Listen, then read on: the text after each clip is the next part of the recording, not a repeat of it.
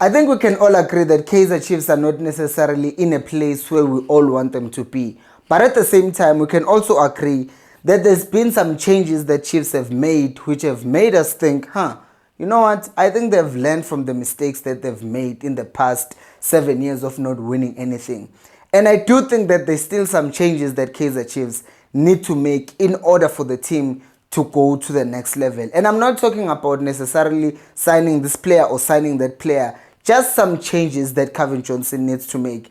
And I do think that he might make them because we know he's auditioning to become the full-time coach of Kaizer Chiefs. What are those things? Well, let's talk about them. Hello and welcome to Khosi Nation Fan TV. I am Pelo, I am your host, and this is where fans meet and talk about Kaizer Chiefs. Khosi Football Club. It's back by popular demand because I saw someone when I was walking from the mall and they were like, I was like, I'm gonna do it again.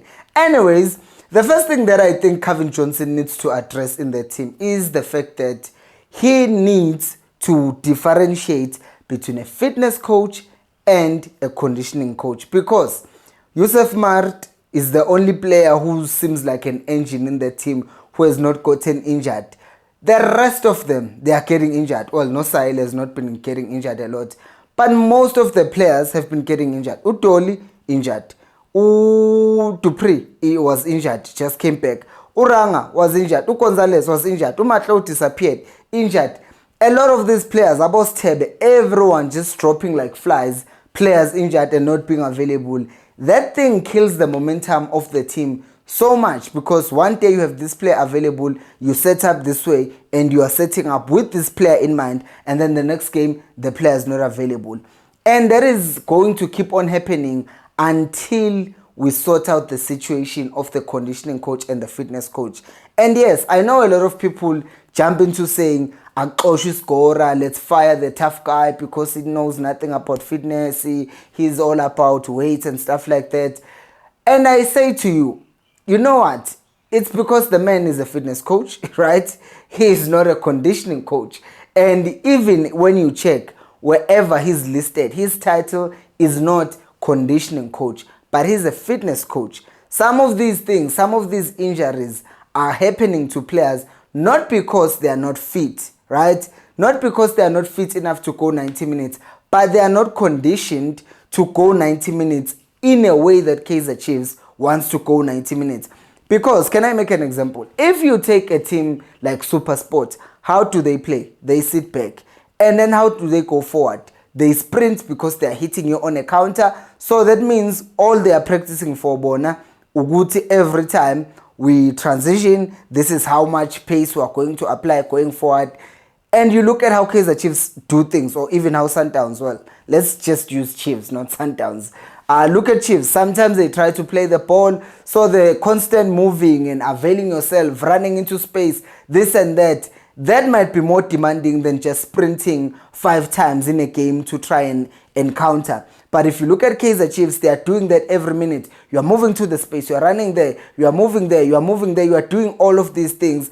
And then the demands that those things or that type of football is putting on the players is not met by the conditioning that they are receiving when they're in training. And because of that, you are seeing a lot of these injuries. So I do think that if we can sort that out, because Umuzi can stay as a fitness coach, but if we can get a conditioning coach, then the team will be in a much better condition, because then players will not be getting all these muscle injuries. Because if you look at most of the players that we have who are injured, it's not because someone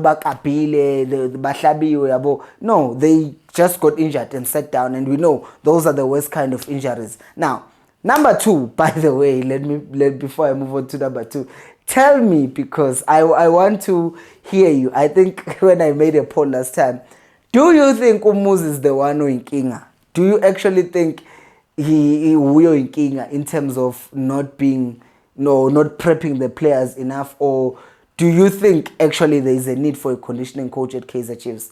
Like my comments.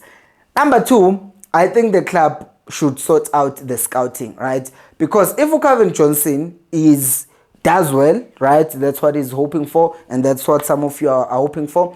If he does well, then by the end of the season, he will want some players, right? Which means right now, the scouting of the players, I will say this, he should be scouting players who are suited to his playing style. Ngizoyisho futhi lento le. Do not scout players just because they are on form. Because what ends up happening, you get a player because they are on form, you bring them to Kaizer Chiefs. But it doesn't matter how good they are because they do not fit the style of Kaizer Chiefs. As simple as that. There are players who are so good but they do not fit in certain styles of play.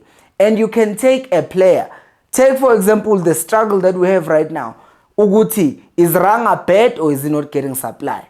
People are saying no, Ranga is good, he's just not getting supply. But at the same time, there's another group that's saying no, Ranga is not making enough movements, he's not creating space for himself.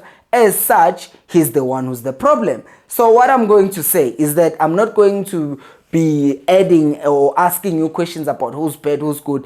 What I am going to say is whatever happens, Kaizer Chiefs must make sure that they are signing a player not just based on form, not just based on availability, but based on can he fit, can he benefit the squad? If he comes in, is he going to fit into the style of play? Because the last thing we want is a player coming from Cape Town City, say Kaizer Mayo, and then only to find that he's not suited for our style. Now let's say Chiefs pays that 36 million. Now that means we pay 36 million and he will be on a significant wage. And if it comes to Chiefs, he's not playing, or better still, he's playing but he's playing bad. That means we just wasted 36 million, which you could have spent on 3 or 4 players. So you see, I think that should be the biggest thing that Chiefs are looking for. Players who actually fit the style. Before we go to number 3, please do make sure to like the video and subscribe to the channel. Those things do help me reach more people like you. Now, number 3 is the issue of leadership.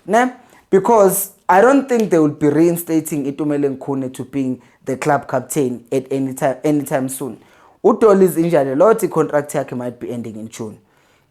When it comes to Mart, I do not know Uguti who is the best leader actually in the team as it stands. Because if you take, for instance, a player like Ukune is a leader, right? You can see him, Noma Guguti Vele goalkeeper shouts at from time to time, but you could see when Ukune was the captain, even Upeterson, when he became captain, right? You could still see Uguti, this man is a captain. You look at Utoli, kind of the same thing, Uguti. Utoli organizes the team, experience and all of that. But you have players like, take instance for Namibia, Upita Shalulile, a very good player, but I don't think he's a captain material. Not good is bad because people are going to misconstrue what I'm saying, but there are players who are better off just playing their football without the pressure of being a captain or the responsibility, because there's already so much spotlight on Yusuf Mat. And then now you're putting him under even more spotlight because he's captain. And I know people will say, but Mpilo, there is a reason why he was also captain at Sekhukhune United.